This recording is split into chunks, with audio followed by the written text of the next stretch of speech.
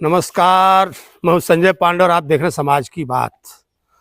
और दिल्ली विधानसभा के चुनाव में पूरी दिल्ली में मैं घूमा और घूमने के बाद जो हमें लगा कि दिल्ली में हवा किसकी है, और मैं अपने खास कार्यक्रम दिल्ली में हवा किसकी है मैं घूम रहा था। और जहां जहां मैं गया मैं वहां का विश्लेषण आपको बताता हूं। पूरी दिल्ली पर हमारी नज़र थी। और मैं आपसे एक बात बताता चलूं कि दिल्ली में घूमने के बाद हमें जो लगा, और अभी जो एग्जिट पोल वाले नतीजे जो आ रहे हैं, तो हमने अपने पहले एक वीडियो में कहा था कि ये एग्जिट पोल वाले दरअसल खुद कंफ्यूज हैं, इनको समझ में आ नहीं रहा है। और यही हाल आप देखेंगे हरियाणा के चुनाव में, महाराष्ट्र के चुनाव में, हर जगह कमोवेश यही हाल था। और कहीं ना कहीं एग्जिट पोल के ऊपर अब लोगों को भरोसा रहा नहीं, उसकी जो विश्वसनीयता थी वो घट गई।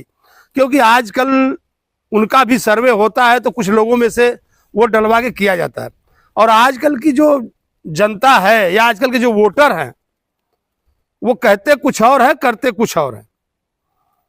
और आपको मैं बताऊं कि दिल्ली में लड़ाई बड़ी कांटे की है। किसी किसी इलाकों में तो हार जीत का अंतर बहुत ही कम होगा। और जो हमारा आकलन था, जो हमने देखा, तो वहां के जो मतदाता थे कई ग्रेड में बटे हुए थे। ग्रेड में कहने का हमारा मतलब ये था कि पुरुष मतदाता, महिला मतदाता, और निचले तबके के वोटर, ऊपरी तबके के, मध्यम वर्गीय वोटर, ये वोटर 3-4 तरह के वोटर वहां पर थे। और तीनों चारों का जो झुकाव था वो अपने अपने तरफ से अलग अलग दिशाओं में था। तो मैं आपको बताऊं, जहां मैं घुमा, जहां ऐसी बस्तियां थी, हालांकि फिर भी अगर देखा जाए तो जो निचले तबके का वोटर था वो कहीं ना कहीं अरविंद केजरीवाल की बात करता था, आम आदमी पार्टी की बात करता था। और मैं बार बार जगह जगह में पूछ रहा था, तो लोगों के दिमाग में एक बात कहीं ना कहीं घर कर गई थी। लोग कहते थे बार बार, जैसे भी केजरीवाल जी के कई बयान आ रहे हैं, आपने देखा होगा इलेक्शन से ठीक एक दिन पहले उन्होंने कहा था कि आप लोग 15% वोट ज्यादा करिए, क्योंकि ये लोग 10% की सेटिंग कर सकते हैं ईवीएम मशीन में। फिर उसके पहले जमुना जी में जहर वाला है, और बाकी खरीद फरोख्त, यानी जो केजरीवाल जी के बयान हैं, उनके बयानों में काफी विरोधाभास है। तो उसकी वजह क्या है? उनके जो मेन वोटर हैं वो उन पर भरोसा करते हैं, उनकी बातों पर करते हैं। बाकी लोग, मैं पूरी दिल्ली में घुमा तो लोग तमाम तरह के तमगे दे रहे। कोई कह रहे थे कि नहीं केजरीवाल झूठ बोलते हैं और फरेबी हैं, ये है वह। जो बीजेपी के सपोर्टर थे वो उनके लिए ऐसी भाषाओं का इस्तेमाल करते थे। और जो इनके सपोर्टर थे उनका ये कहना था कि मोदी करण देगा तब तो करेगा। यानी कहीं ना कहीं अरविंद केजरीवाल ऐसे मतदाताओं में अपनी पैठ बनाने में कामयाब रहे जो कि आंख मूंद करके भरोसा करते हैं।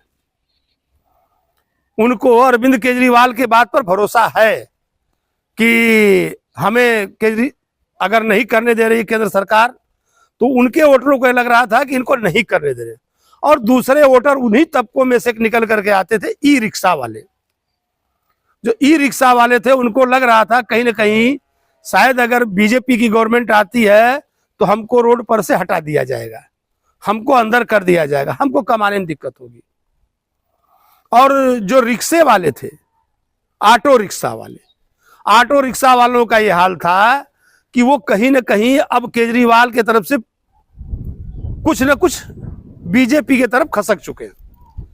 क्योंकि कई रिक्शे वालों से मैं मिला, उनमें कुछ का ही झुकाव आम आदमी पार्टी की तरफ था, बाकी बीजेपी की बात कर रहे थे।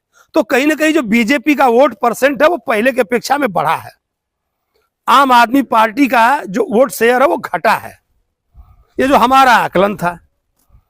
और तीसरी बात जो कांग्रेस की थी, वो कांग्रेस की स्थिति कहीं पर भी ऐसी दिखी नहीं। ऐसे लगता है जैसे कांग्रेस दिल्ली में अपना जनाधार बिल्कुल खो चुकी है।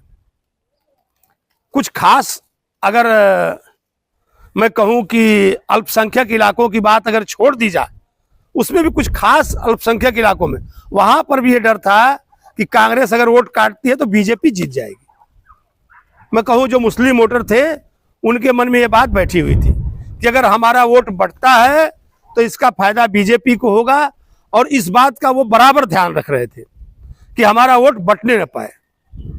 तो हमने आपको बताया कि किस कैटेगरी में, और जो महिलाएं थी, महिलाओं के अंदर कुछ महिलाओं में जो थोड़ी जागरूक महिलाएं थी, या थोड़ी सी आप कह लीजिए कि मिडिल क्लास की या उससे उसके बराबरी वाली, उनका कहना था कि बस में फ्री उरी से हमसे कोई मतलब है नहीं, क्योंकि बस वहां खड़ी नहीं होती जहां देखती कि ज्यादा महिलाएं हैं, और धक्का मुक्की होती है, आदमी आराम से जा नहीं पाता, जो महिलाएं आराम से जा नहीं पाती।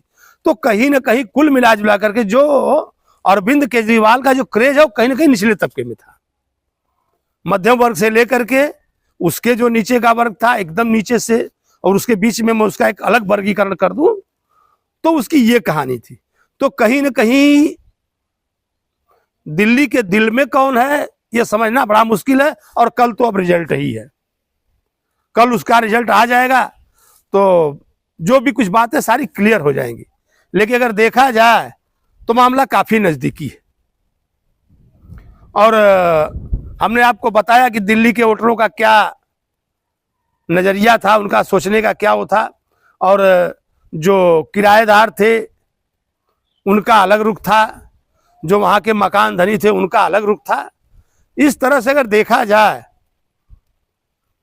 तो ये जो एक दिल्ली का चुनाव था काफी पेचीदा चुनाव था, और कई बातों पर हमने प्रकाश डाला, और हमें लग रहा है कि अब उसका जो असल नतीजा हो तो आने वाला ही है, अब उस पर उसके बाद का ही विश्लेषण होगा। फिर मैं मिलूंगा आगे, तब तक के लिए धन्यवाद।